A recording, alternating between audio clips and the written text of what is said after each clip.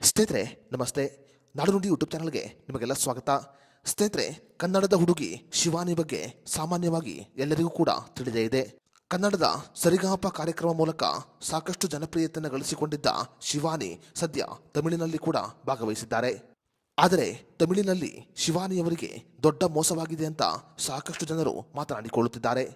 ಸರಿಗಮಪ ತಮಿಳು ಕಾರ್ಯಕ್ರಮದಿಂದ ಕನ್ನಡದ ಹುಡುಗಿ ಶಿವಾನಿಯವರನ್ನ ಈಗ ಎಲಿಮಿನೇಟ್ ಮಾಡಲಾಗಿದೆ. ಇತ್ತೀಚೆಗೆ ಕರ್ನಾಟಕದ ಹುಡುಗಿ ಶಿವಾನಿಯವರು ತಮಿಳಿನ ಸರಿಗಮಪ ಸೀಸನ್ 5ನ ಫೈನಲ್ ಹಂತಕ್ಕೆ ತಲುಪಿದ್ದರು. ಕನ್ನಡದ ಹುಡುಗಿ ಟ್ರೋಫಿ ಗೆದ್ದು ಬರಲಿ ಅಂತ ಸಾಕಷ್ಟು ಕನ್ನಡಿಗರು ಆಶೀರ್ವಾದವನ್ನ ಮಾಡಿದ್ದರು. ಆದರೆ ಕನ್ನಡಿಗರ ಆಸೆ ಈಗ ನಿರಾಸೆಯಾಗಿದೆ. ಆದರೆ ಈಗ ಸರಿಗಮಪ ಫೈನಲ್ನಿಂದ ಶಿವಾನಿಯವರು ಹೊರಗೆ ಬಂದಿದ್ದಾರೆ.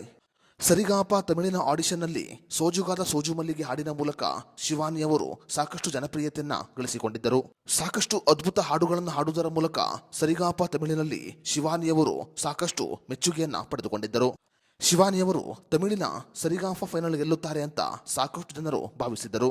ಆದರೆ ಕೊನೆಯ ಹಂತದಲ್ಲಿ ವಿಜಯಲಕ್ಷ್ಮಿ ಶಿವಾನಿಯವರಿಗೆ ಒಲಿಯಲಿಲ್ಲ ಅಂತ ಹೇಳಬಹುದು. ತಮಿಳಿನ ಸುಸಂಕಿತಾ ಜಯಚಂದ್ರನ್ ಅವರು ಮೊದಲ ಸ್ಥಾನವನ್ನ ಪಡೆದುಕೊಂಡಿದ್ದಾರೆ. ಕನ್ನಡದ ಸರಿಗಮಪದಲ್ಲಿ ರನ್ನರ್ ಅಪ್ ಆಗಿದ್ದ ಶಿವಾನಿಯವರಿಗೆ ತಮಿಳಿನಲ್ಲಿ ಟ್ರೋಫಿ ಸಿಗಬಾರದು ಅಂತ ಸಾಕಷ್ಟು ಜನರು ಕಮೆಂಟ್ ಮಾಡಿದ್ದರು.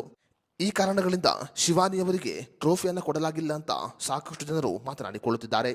ತಮಿಳಿನ ಸರಿಗಮಪ ವೇದಿಕೆಯಲ್ಲಿ ಶಿವಾನಿಯವರು ಸಾಕಷ್ಟು ಹಾಡುಗಳ ಮೂಲಕ ಸಾಕಷ್ಟು ಜನಪ್ರಿಯತೆಯನ್ನ ಗಳಿಸಿಕೊಂಡಿದ್ದರು ಮತ್ತು ಫೈನಲ್ ಗೆಲ್ಲುವ ಸ್ಪರ್ಧಿ ಕೂಡ ಆಗಿದ್ದರು. ಸರಿಗಮಪ ತಮಿಳಿನಲ್ಲಿ ಶಿವಾನಿಯವರಿಗೆ ಮೋಸ ಮಾಡಲಾಗಿದೆ ಅಂತ ಸಾಕಷ್ಟು ಜನರು ಮಾತನಾಡಿಕೊಳ್ಳುತ್ತಿದ್ದಾರೆ. ಸ್ನೇಹಿತರೆ, ಕನ್ನಡದ ಹುಡುಗಿ ಶಿವಾನಿಯವರಿಗೆ ತಮಿಳಿನಲ್ಲಿ ಟ್ರೋಫಿ ಸಿಗದೇ ಇರುವುದರ ಬಗ್ಗೆ ನಿಮ್ಮ ಅನಿಸಿಕೆ ಅಭಿಪ್ರಾಯವನ್ನು ನಮಗೆ ಕಮೆಂಟ್ ಬಾಕ್ಸ್ನಲ್ಲಿ ತಿಳಿಸಿ.